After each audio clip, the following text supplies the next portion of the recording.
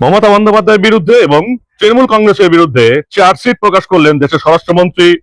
স্বরাষ্ট্রমন্ত্রী বলাটা ঠিক হবে না, বিজেপি নেতা অমিত শাহ আজকে একটি সল্টলেকের বেসরকারি হোটেলে তিনি দেখলাম তৃণমূলের বিরুদ্ধে চার্জশিট প্রকাশ করলেন। এই চার্জশিটের বেশ কিছু বক্তব্য আমরা আগেই শুনেছি তার মুখ থেকে বা নরেন্দ্র মোদীর মুখ থেকে, এবং সেটাই লিখিত আকারে এই চার্জশিট প্রকাশ হলো। যেটুকু বঙ্গ বিজেপি সূত্রে জানা যাচ্ছে, এই যে চার্জশিট প্রকাশ হলো অর্থাৎ তৃণমূল কি করে গেছে এই 15 বছরে এই রাজ্যে, সেটা চার্জশিট। এবং বিজেপি যদি ক্ষমতায় আসে তারা কি করবে তার ম্যানিফেস্টো আগামী কয়েকদিনের মধ্যে বের হয়ে যাবে। অর্থাৎ তৃণমূল কি করে গেছে তার বিপরীতে বিজেপি কি করবে, সেটাই আমাদের দেখার এখন একমাত্র কারণ। চার্জশিটে কি উঠে এলো আজকে? সল্টলেকের একটি বেসরকারি হোটেলে চার্জশিট প্রকাশের অনুষ্ঠান হলো। আমি দেখলাম কেন্দ্রীয় স্বরাষ্ট্রমন্ত্রী, বিজেপি নেতা অমিত শাহ, একদিকে রাজ্য সভাপতি শ্রমিক ভট্টাচার্য, একদিকে বিরোধী দল নেতা শুভেন্দু অধিকারীকে নিয়ে চার্জশিট প্রকাশ করলেন। অন্যান্য বিজেপির বঙ্গ বিজেপির নেতারাও ছিলেন। বেশ কয়েকটা জিনিস সেখানে উঠে এলো এবং আমি দেখলাম তিনি কিন্তু এখানে, অন্তত আজকের ক্ষেত্রে আমি দেখলাম শুভেন্দু অধিকারীকে একটু বাড়তি গুরুত্ব দিলেন। শুভেন্দু অধিকারী এই রাজ্যে কিভাবে আন্দোলন করছেন সেটার কথাও কিন্তু তিনি এই চার্জশিট প্রকাশের অনুষ্ঠানে তুলে ধরলেন। সেটা বড় কথা নয়, তার বড় কথা হলো কি চার্জশিট তিনি তৃণমূলের বিরুদ্ধে তুলে ধরলেন। এবং এটা বলতে গিয়ে তিনি দেখলাম তিনি এসআইআর প্রসঙ্গে করলেন, এসআইআর প্রসঙ্গ তুললেন। ভারতবর্ষের বাকি 11টা রাজ্য কেন্দ্রশাসিত অঞ্চল কোথাও সমস্যা হলো না, একমাত্র এই বাংলার সমস্যা। কোথাও বিচার বিভাগীয় হেফাজত করতে হলো না, একমাত্র বাংলায় করতে হলো।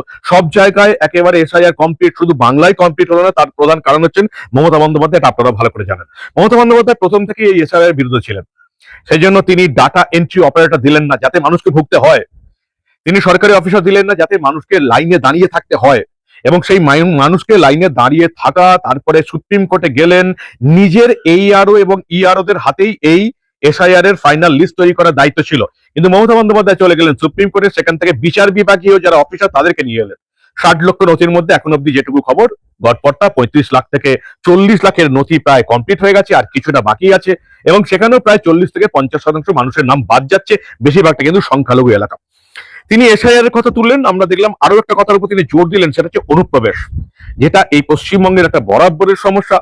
বাংলাদেশি মুসলিম অনুপ্রবেশ, রোহিঙ্গা অনুপ্রবেশ এই রাজ্যে কিভাবে হয়েছে সেটা আপনারাও ভালো জানেন। শুধুমাত্র পশ্চিমবঙ্গের বিপদে নয়, পশ্চিমবঙ্গ দিয়ে অনুপ্রবেশ করে এই অনুপ্রবেশকারী মুসলিমরা ভারতবর্ষের বিভিন্ন রাজ্যে ছড়িয়ে পড়েছে।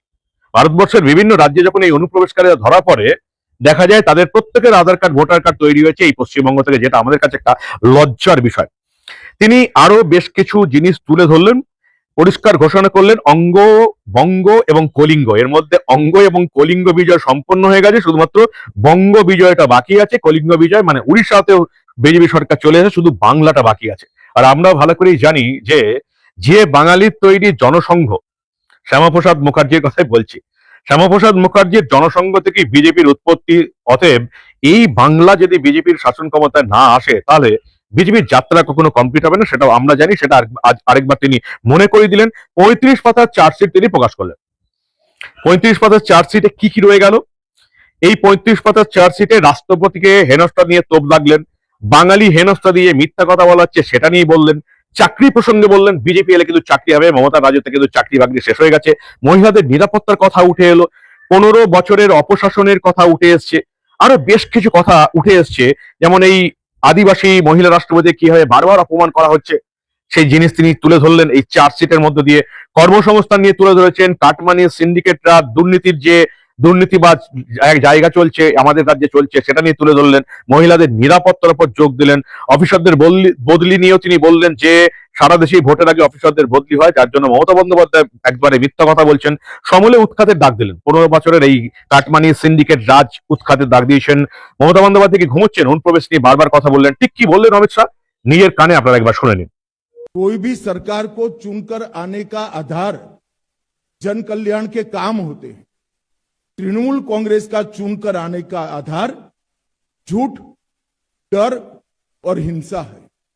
मगर भारतीय जनता पार्टी 1911 से ही 2011 से ही इसके खिलाफ एक संघर्ष कर रहे हैं और मुझे लगता है कि इस बार बंगाल की जनता पूर्ण बहुमत के साथ भारतीय जनता पार्टी की सरकार बनाने जा रही।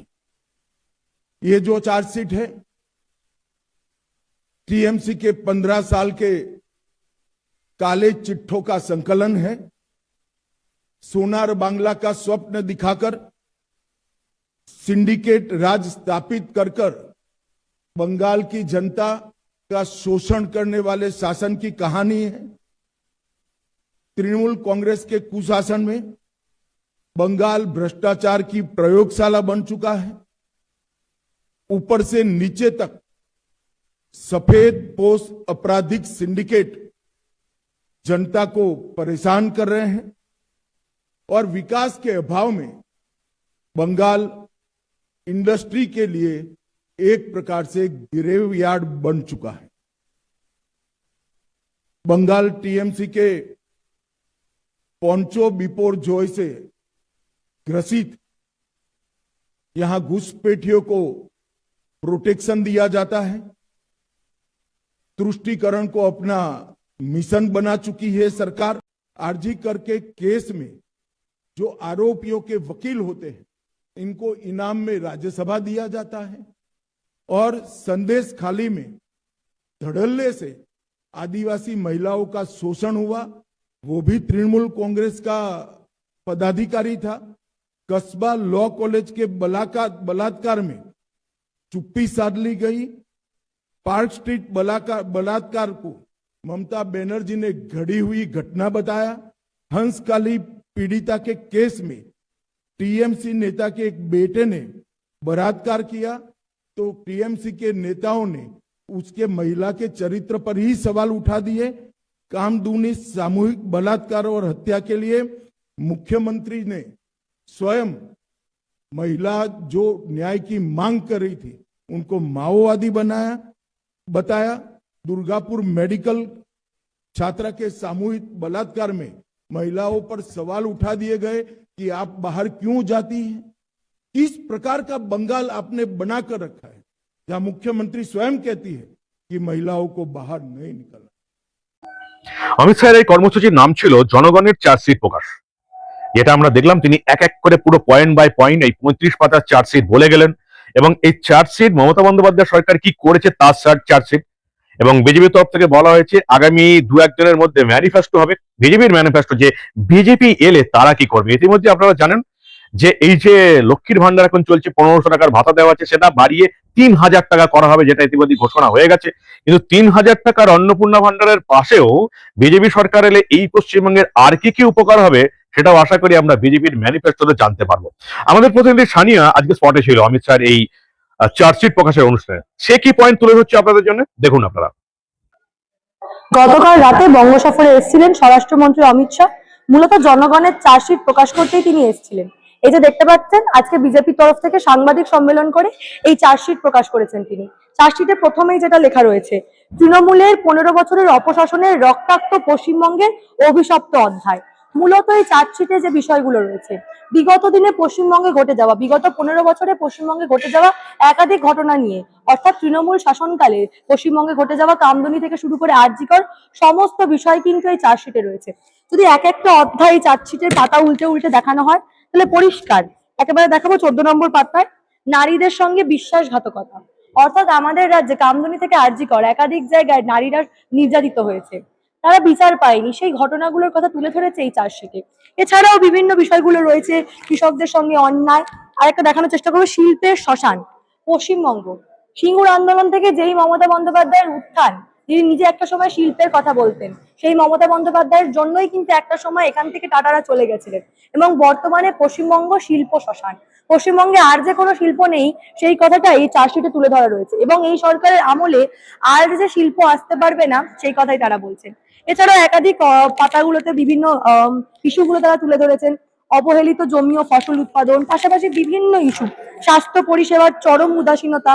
আমাদের রাজ্যে মূলত যে সমস্যা, একেবারে স্বাস্থ্য থেকে শিক্ষা থেকে চিকিৎসা, বিভিন্ন দপ্তরে বিভিন্ন বিভাগে যে পরিমাণ দুর্নীতি হচ্ছে। কদিন আগে 26,000 চাকরি চলে গেল।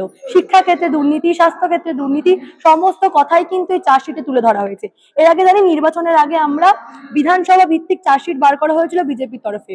এবার ওভারঅল 15 বছরে এই তৃণমূল সরকারের আমলে কি কি হয়েছে এবং কিভাবে পশ্চিমবঙ্গ অবহেলিত হয়েছে বিভিন্ন সেক্টরে, সেই কথাই কিন্তু এই চার্জশিটের বিভিন্ন পাতায় তুলে ধরা হয়েছে।